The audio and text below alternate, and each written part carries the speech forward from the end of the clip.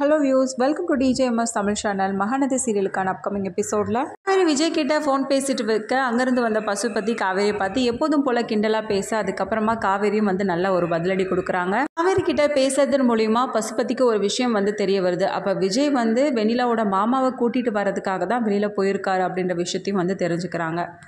விஷயத்தை பற்றி ராகினியும் பசுபதி கிட்ட பேசுகிறாங்க. அப்போ ஒருத்தர் மாறி மாறி பேசிக்கும் போது எல்லா விஷயமும் தெரிய வருது.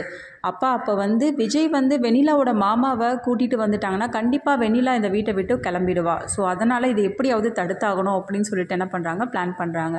இந்த விஷயத்தை பற்றி நான் பார்த்துக்கிறேம்மா, நீ ஒன்றும் ஒரி பண்ணிக்காத அப்படின்னு சொல்லிட்டு பசுபதியும் சொல்கிறாரு. விஜயும் வெண்ணிலாவோட மாமா வீட்டுக்கு கூட்டிகிட்டு வராங்க. வீட்டுக்கு கூட்டிகிட்டு வந்ததுக்கப்புறமா வெண்ணிலாவை வீட்டுக்கு கூப்பிட்றாங்க, வாமா கிளம்பலாம் அப்படின்னு சொல்லிட்டு. அதுக்கு முன்னாடியே வெண்ணிலாவையும் வெண்ணிலாவோட மாமாவையும் பார்த்து பசுபதி என்ன பண்ணுறாங்க, மனசை கலைக்கிற மாதிரி எல்லா விஷயத்தையும் பேசி வச்சுருக்காங்க.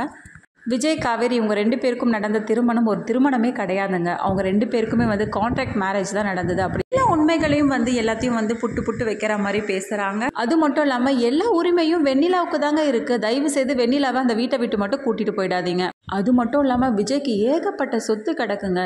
இப்படி ஒரு பையனை விட்டுட்டு எப்படின்னா யாருன்னா கூட்டிகிட்டு போவாங்களா? உங்கள் தங்கச்சி பொண்ணு நல்லா வாழணும்னு ஆசை இருக்கா இல்லையா உங்களுக்கு? அதனால் தயவு செய்து சொல்கிறேன், நான் சொல்கிற மாதிரி நீங்கள் கேட்டிங்கன்னா கண்டிப்பாக வெண்ணிலாவோட வாழ்க்கை நல்லபடியாக அமையும். இதே பசுபதி என்ன பண்ணியிருக்காங்க, அவங்க மாமாவை பார்த்து எல்லா விஷயத்தையும் பேசியிருக்காங்க. அவங்க மனசை மாற்றுற மாதிரி அவங்களும் பசுபதி சொல்கிறபடி என்ன பண்ணுறாங்க, நடந்துட்டுருக்காங்க. விஜய் எதிர்க்க என்ன பண்ணுறாங்க, பேசி முடிச்சுட்டு அங்கதுக்கும் வெளியில் வராங்க. வெளியில் வர தருணத்தில் என்ன பண்ணுறாங்க, வெண்ணிலா வரமாட்டேன் நடம் பிடிக்கிற தருணத்தில் அங்கேருந்து ப்ரெஸ் மீட்லேருந்து எல்லாருமே வராங்க. இப்போ வெண்ணிலாவுடைய மாமாவும் எல்லாரையும் பார்த்து சொல்கிறாங்க, என்னோட தங்கச்சி பொண்ணை இவர் ஏமாற்றிட்டாரு.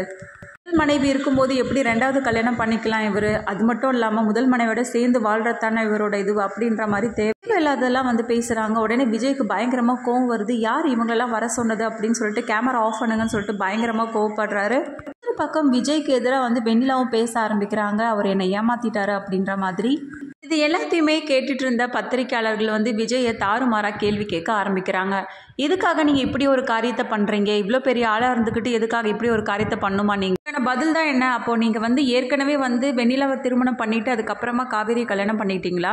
உங்கள் 2வது மனைவி பேர் தான் காவேரி அப்படின்னு சொல்லிட்டு தேவையில்லாத கேள்விகளால் கொள்கிறாங்க விஜயை. ரொம்ப அமைதியாக இருக்க நேரத்தில் இதுக்கான பதில் நீங்கள் சொல்லிதாகணும் அப்படின்னு சொல்லிட்டு விஜயை பார்த்து கேள்வி கேட்க, ஏமா நீங்கள் கிளம்புங்கம்மா அப்படின்னு சொல்லிட்டு தாத்தாவும் சொல்ல, தாத்தா ஒரு நிமிஷம் இருங்க நான் பேசுகிறேன் அப்படின்னு சொல்லிட்டு என்ன பண்ணுறாரு, கோவத்தோட எனக்கு ஒரு கல்யாணம் தான் நடந்திருக்கு, மனைவி பேர் காவேரி மட்டும்தான், வேறு யாருக்கும் நான் கல்யாணம் பண்ணவும் இல்லை கொல்லவும் இல்லை அப்படின்னு சொல்லிட்டு ரொம்பவே போல்டாக பேசுகிறாரு. இதை கேட்டு எல்லாருமே ரொம்பவே அதிர்ச்சாராங்க.